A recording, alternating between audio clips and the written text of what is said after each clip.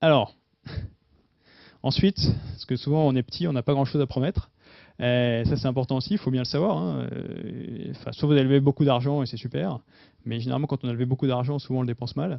Soit vous n'avez pas forcément beaucoup, mais vous avez autre chose à apporter. Donc déjà, il faut avoir un peu confiance en soi évidemment. Et première chose à faire, c'est storytelling. Voilà. Quand on rejoint un entrepreneur, on rejoint, on rejoint pas un job, quoi. On rejoint quelqu'un, on rejoint une aventure, on rejoint vraiment quelque chose qui doit donner envie. Voilà, donc je dis, enfin, moi je disais souvent, enfin je le dis toujours, quand on est entrepreneur, on passe sa vie à vendre. On vend évidemment son produit, on vend à des investisseurs, on vend à des futurs collaborateurs, on vend à ses propres collaborateurs.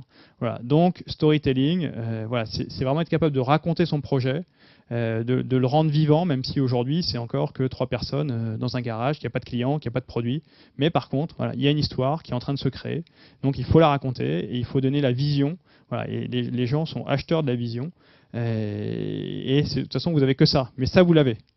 Et vous l'avez beaucoup plus que quelqu'un qui va aller chez je sais pas qui, dans une grosse boîte, où il va se faire recruter par un RH et un manager, mais qui n'ont pas du tout une vision globale de la boîte, de la stratégie, de la manière dont ils veulent changer un marché, etc.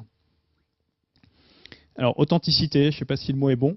Voilà, je pense qu'il faut faire du storytelling, mais par contre, surtout pas de survente.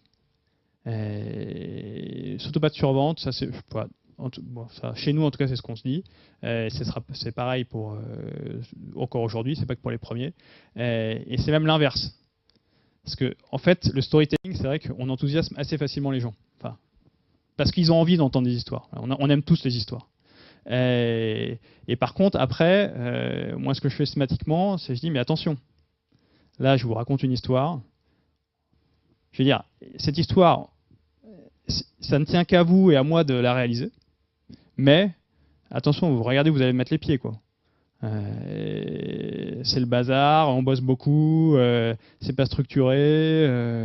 Enfin voilà, il faut aussi toujours avoir un discours voilà, sur la réalité du moment pour que la personne, quand elle arrive, elle sache aussi pourquoi elle signe. Parce que les candidats, ils peuvent aussi partir. Donc après une vente, enfin, il y a les bonnes ventes et les mauvaises ventes, hein. Et ensuite le package, ça c'est un de mes grands regrets à la fourchette. Enfin, on l'a fait avec les tout premiers collaborateurs, c'est vraiment de donner des actions. Moi, je conseille de. Enfin, après, il y a plein de systèmes. Pareil, il y a le vesting, hein, c'est-à-dire que vous en donnez, mais si la personne part, elle vous en récupérez, elle garde potentiellement juste une petite partie des actions.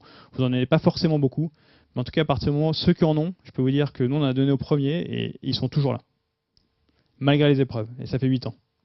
Alors que, et en fait, les autres, il y en a beaucoup qui sont partis. Parce qu'il y a un moment donné où c'est bien de raconter une histoire, c'est bien de dire t'es dans la barque, c'est bien de dire voilà, rejoins le monde de l'entrepreneuriat, mais si j'ai pas d'action, en fait, je suis un salarié. Et un salarié, il raisonne comme un salarié. Et il a raison, parce qu'il est salarié. Et ça, il faut jamais l'oublier, c'est-à-dire que personne ne vous doit rien, quoi. Et par contre, le gars qui a des actions, il bosse pour lui aussi.